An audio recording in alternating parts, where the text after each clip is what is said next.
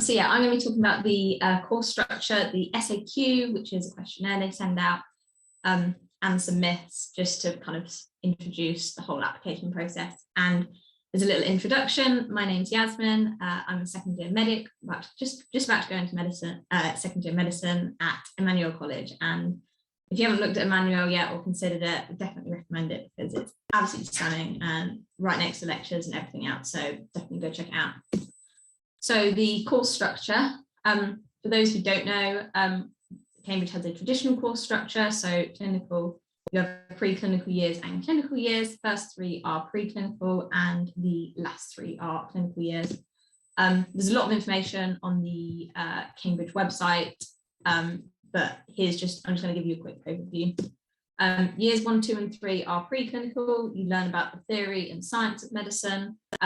And you do subjects like physiology, biochemistry, anatomy, pharmacology, reproduction, and pathology. So how organs work, all the names of muscles and things like that, how drugs work, drug action, disease. Your weekly timetable is very packed. You have a lot of lectures. You do lab practicals, full body dissection, which is something that I think there's only about 8 medical schools that offer now, but Cambridge offer it, and it's an amazing learning tool. You do that for about 4 hours a week, which is very useful. You have seminars and supervisions, and supervisions are small group teaching in Cambridge where you have 2, 3, 4 students with an academic, and you go through all the stuff that you don't understand or need clarifying, and yeah, they're really useful. The terms are only 8 weeks long, which is a lot shorter than most university terms. Other universities, they're normally about 10 weeks, I think. But they are very jam-packed 8-week terms, but then that means you get really long holidays, a lot longer than anybody else. And so yeah, you're studying for 24 weeks a year, but you get your room for 30 weeks a year.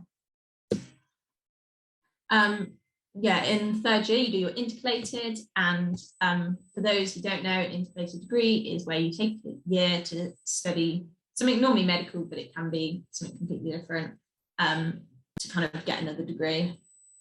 And yeah, in third year, at Cambridge, you do it in third year, and you receive a BA, which is a bachelor's degree.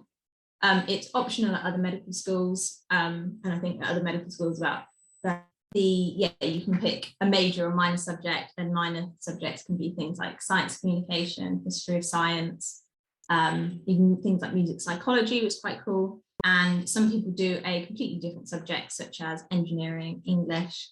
Some people do law. It's so wide at Cambridge. Some people do biological anthropology. You've got such a wide range of choice, which is something that's quite unique to Cambridge, actually. Then in years 4, 5, and 6 are the clinical years of the course, where you are based at Addenbrooke's Hospital in Cambridge. You spend most of your time on placement at GPs or hospitals in Cambridge and in the region. For example, Peterborough Hospital, Ipswich, Kings Lynn. In your timetable, there are also lectures, clinical skill sessions, and seminars.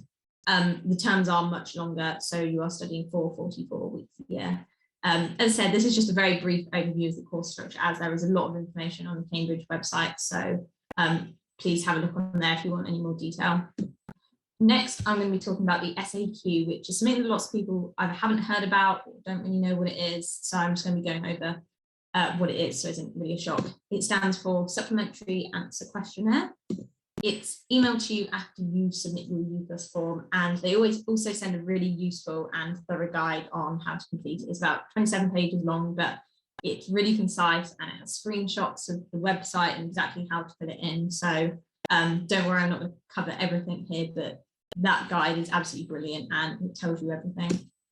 Yes, questions about extenuating circumstances, actually for a photograph, which will be on your CAM card or your university card for 6 years. So pick a good one because you're stuck for it and everybody sees it. So yeah, dates for interview, if there's any days you can't do, school history, disruption to education, module studies at A-level so that they know what topics they can ask you in interview, household income, whether you're on free school meals, and just any extra info. And a lot of these factual questions just help Cambridge to really understand your background so that they can take it into account when they're making your decisions. If you had anything big that impacted your life or your education, they know about it. So if your grades were slightly lower, they can take it into account. Now, there's this bit at the end of the SAQ called, they call it an optional additional personal statement. Lots of people don't know about it, so I thought I would just go over it and what type of things you can include. This is a screenshot from that guide that I talked about, and I've highlighted the important bits. And yeah, it says we've already received a copy of your UCAS personal statement. If you wish to add anything specific about your application to Cambridge, please do in the space provided. We'll be particularly interested to know what aspects of the Cambridge course attracted you to apply here. Your answer can be a maximum of 1,200 characters, including spaces, and yeah, they recommend you type it in. But the most important thing here that I've highlighted in blue is not providing an additional personal statement will not disadvantage your application in any way. It's absolutely fine if you don't write one. And then there's a little bit that just says anything else you'd like to tell us. So yeah, here's just a few do's and don'ts about that extra personal statement. Do include why you think you're suited to the more traditional Cambridge course, and again, what evidence you have to back it up. Write it like a more personal statement. Do mention any access/case studies or talks you've attended at Cambridge University by online, like with MedLife maybe. Do talk about any more academic supercurriculars activities that you've done that you didn't write about in the personal statement. Now, if you don't spend ages on it and get really stressed out like the main personal statement. This will be coming in October. It's completely optional. If you don't write anything, that's absolutely fine. So don't over stress about it and think it has to be perfect. It's just something additional. Don't use it as a space just to list everything that you can fit in your main personal statement. Cambridge want this to be Cambridge/academic specific. Don't just reel off all the different books you read, all the different programs you've watched, because that's really not what it is. And Cambridge would like to see that you're concise and you can decide what to write. And if you just list off lots of things, it's not very useful. And don't feel like you have to write one. I didn't write one. Personally, I chose not to write one purely because I didn't have anything else to say. I found out about it very late, and so I didn't have much time. Academic and Cambridge stuff, I just decided to include in my main personal statement. There wasn't a deep, I didn't sit down and think, I really do not want to write one. I just didn't have anything to write about. Yeah, and so I included main Cambridge stuff in my main personal statement, and I wanted to focus my time on other things such as the BMAT, which has a much bigger weighting in my application. This doesn't. If you write one, it's useful. If you don't, I said you won't be disadvantaged. And yeah, this came in October while I was revising for BMAT, so all of my focus was on that and not this. Maybe if I'd known about it earlier in the summer, I might have written one, but I didn't know about it until the SAQ came in October. And I was told by an outreach officer that it's more important for people studying subjects like natural sciences, where they might have applied to physics elsewhere, and it gives them the opportunity to discuss their interests in the other sciences that they might be studying at Cambridge. But lots of people do write one, so here's just a few opinions from other medical students. Everyone talks about how Oxbridge, they want to see more sciencey technical stuff in your personal statement, but I know that other unis don't really care about that stuff. So a lot of my SAQ was spent talking about scientific reading/researchy stuff I'd done. Somebody else said, I wrote a bit on why I liked Cambridge Medical Course specifically, because obviously the personal statement is general to all the medical schools you applied for. I also talk about the course structure. So as you can see, you need to talk about Cambridge specific stuff or academic specific stuff, or nothing at all as the general. If you want to write one, brilliant. If you don't have to. And this little anything else bit, this was just some advice I was given. A few papers at GCSE, I received some quite high marks, and I asked an outreach officer where I could include these in my application, and they recommended putting them in this last bit of the SAQ. And personally, I think it really helped my application, as it showed that I excelled in some papers, and that set me apart from other applicants. So I'd kind of recommend, and this is what an outreach officer said to me, if there's any academic achievements that you haven't included in your personal statement or application that you think are unique and high achieving, you can put them in this little extra bit, not the extra personal statement, but the little bit that says, is there anything else you'd like us to know? But again, it comes with a warning. Be careful not to just list things that lots of applicants have, even if they are really good. For example, if you've got Maths Challenge Silver, brilliant, but lots of applicants have it. But if you've got through to the Olympiad, that might be something quite interesting to put. And again, don't brag and list everything you've ever done, because or else you've just got another, it's not a third personal statement, but it's okay to give a few examples of how you're different to other applicants. So again, as a summary, brilliant if you want to include something, but don't feel you have to, and don't just use it as a way to list everything you've ever done. Now I'm just going to finish off by talking about a few myths that I'd heard or had preconceptions about the application process, just to kind of bust them and show that they're not true. First one, to do with personal statements or background. I have to have really interesting extracurriculars, be grade 8 on instruments, have gold DV, and do unique work experience. No, doesn't matter how unique or boring your extracurriculars are. Cambridge just want to know that you do something to relax and cope with the stresses of medicine.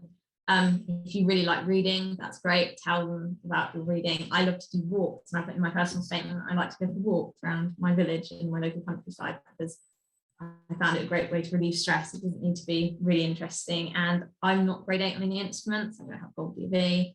And work experience within my local hospital, nothing fancy. Again, some people do week-long expeditions in hospitals in Cambodia, and that's brilliant if you've got it. But as I said, mine was just at my local hospital, and the most important thing is what you learn from your work experience, not what it is. And same with the extracurriculars. Another myth, I have to know the books in my personal statement front to back, because the interviewer will ask very specific questions. Again, no, because most of the time it will be a general question like, tell me about a book you read, or tell me about something you've learned. Even if the interviewer has read the book, they're not going to ask you like for facts, like what does it say on page 103, or tell me everything you've read about Parkinson's, or if you read the book about that, or very something specific. It might just be like, oh, what was your viewpoint on this? It's always an open question. They're never really asking for facts when they're talking about books. It's more, what have you learned from it? So as I said, it's all about what you've learned from work experience or anything. A few myths about the BMAT. You have to get above 6 in both sections and a 3.5 in the essay, or be in the top 20% of each section to get an interview. Nope, Cambridge look at your application as a whole, so it doesn't matter if you don't do brilliantly in all areas. If you do, because some people might do better in their personal statement or interview or GCSEs. I certainly didn't get 6 in both sections. I got a 2 in the essay, which was bottom 30%. And when that result came through, I thought, that's it. That's Cambridge gone. They love essays, but it really didn't matter, and it was never brought up, and I got an offer. So please don't stress if a section of your application is not what you may think is Cambridge standard. Another myth, I can't afford expensive courses, so my score won't be good enough for an offer. Again, definitely not true. Cambridge have a lot of amazing free BMAT resources, including a guide for each question type, over 10 years of past papers, explained answers, and YouTube videos. There's no need to buy anything extra. And I'm not just saying this as, oh, you don't need to buy anything extra, you're absolutely fine. Like for UCAT, I got Medify, like lots of people do, and it was absolutely fantastic. Would 100% recommend it. For BMAT, I think I got it and then I cancelled it because it was awful and wasn't very useful. So genuinely, this is me genuinely saying that all the resources you need for BMAT are on the Cambridge website. And if you can find some free questions online, brilliant, but you do not need to spend anything. And as I said, even if you don't do brilliantly, it doesn't mean that you won't get an interview or an offer. Last section, here's just a few myths surrounding the interview, because again, there's a lot out there that people have heard about Cambridge interviews. First one, interviewers will ask lots of strange questions like, if you were a grapefruit, would you have seeds or be seedless? No, interesting question there. When I was researching Cambridge interview questions, there are a lot of things like this that made me think like, what on earth? But like really, no. Most people I know applying for medicine, including me, we didn't get any questions like this. Most of them are science questions or standard medicine ones. That's not saying that they won't come up. I'm just saying, please don't stress about them, because you could get one, you might not get one, but the whole interview is not going to be this. And again, they want to know how you think. They're not actually bothered by the answer. So please don't get hung up on these really strange interview questions. Last one, if I get lots of questions wrong, I'll get rejected. Also wrong. When you're nervous, you make lots of silly mistakes. And yeah, I got a very simple biology GCSE question wrong because I just had a complete mind blank. And again, you start panicking, but you really don't need to, because the interviewers are so lovely and they know you're anxious and they want you to do well. They're not trying to trick you out, and they will help you when you get things wrong, because they're trying to mimic a kind of mock supervision situation. So they're not just going to fire questions at you, and if you get it wrong, then that's it. They'll really help you, and they're trying to understand your thought process. And yeah, I wrote, they care about your thought process more than your answer. Don't start panicking if you get questions wrong. There will be difficult questions, that's the point of an interview, but everybody gets really difficult questions, and everybody will get questions wrong. And line like what I said with the BMAT, if you get a bad BMAT, or you answer some questions wrong, or you haven't got top 9 or 9 at GCSE, it doesn't matter, because they look at all of your application together.